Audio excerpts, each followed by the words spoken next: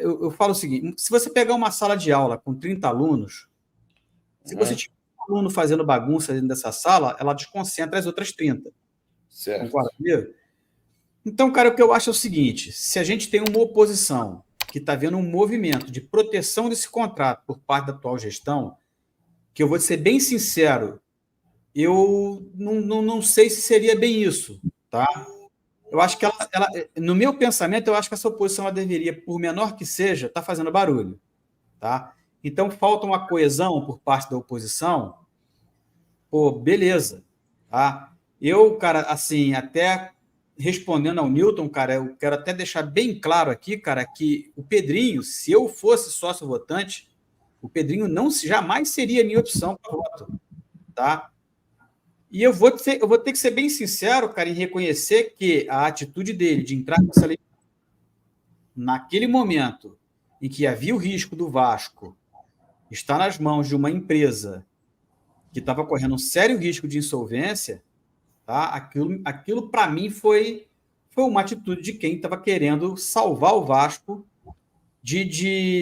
vamos colocar assim, porque a SAF ela entra em falência.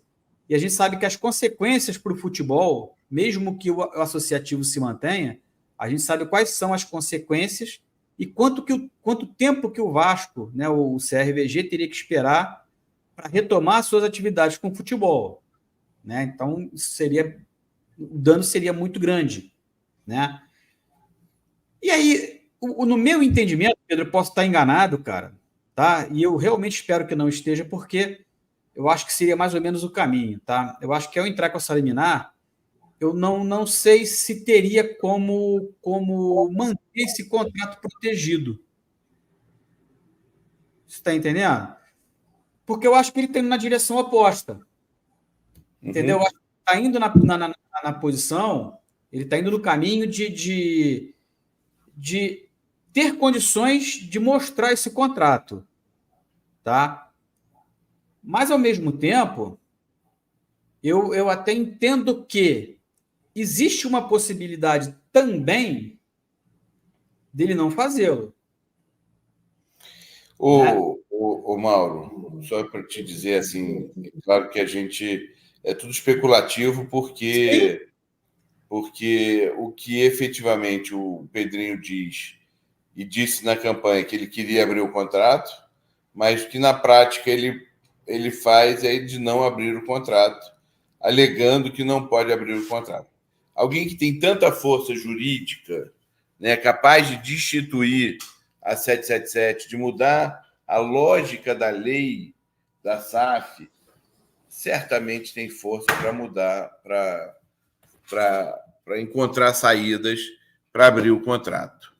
Só que o que acontece? Só para te dizer com a minha razão de não acreditar nisso, é que para o Pedrinho, não para esse processo de venda do Vasco, não voltar para a discussão interna do Vasco, ele precisa de que essa revenda do Vasco aconteça em acordo com os americanos.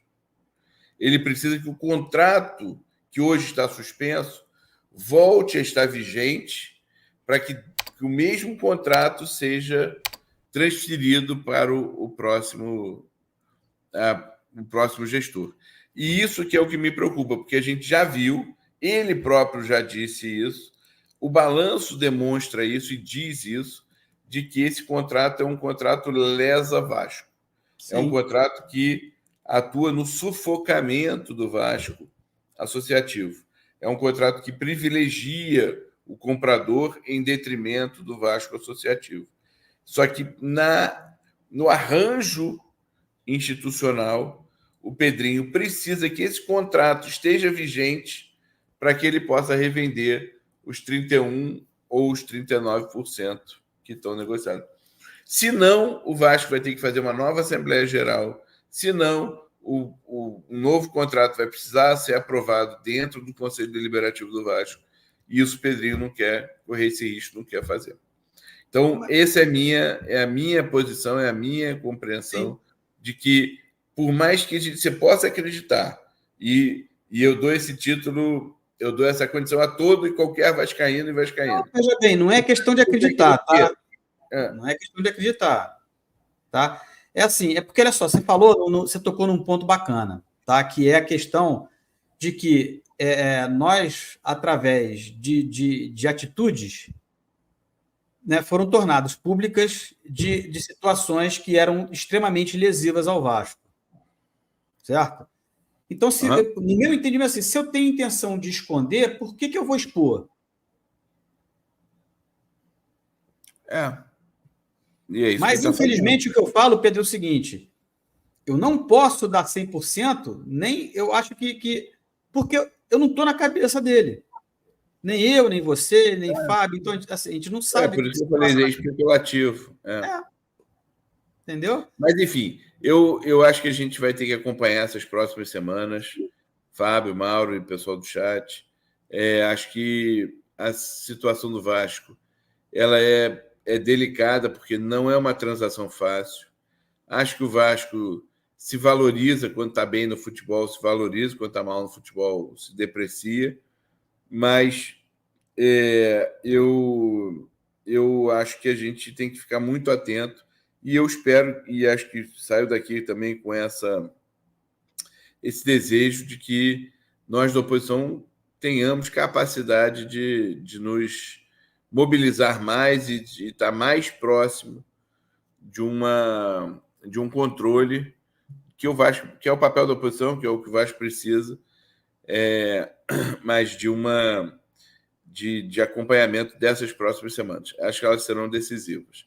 Eu acho que se a gente voltar daqui a 2 meses, Fábio, a gente vai poder discutir sobre questões muito mais concretas, se abriu o contrato ou não, se apareceu um vendedor, se o dinheiro acabou, como é que está isso, porque, por enquanto, o Vasco vai se sustentando na Vasco SAF e se sustentando no futebol. A dúvida é quanto tempo isso dura, né? E que soluções que vão ser apresentadas brevemente nesse cenário.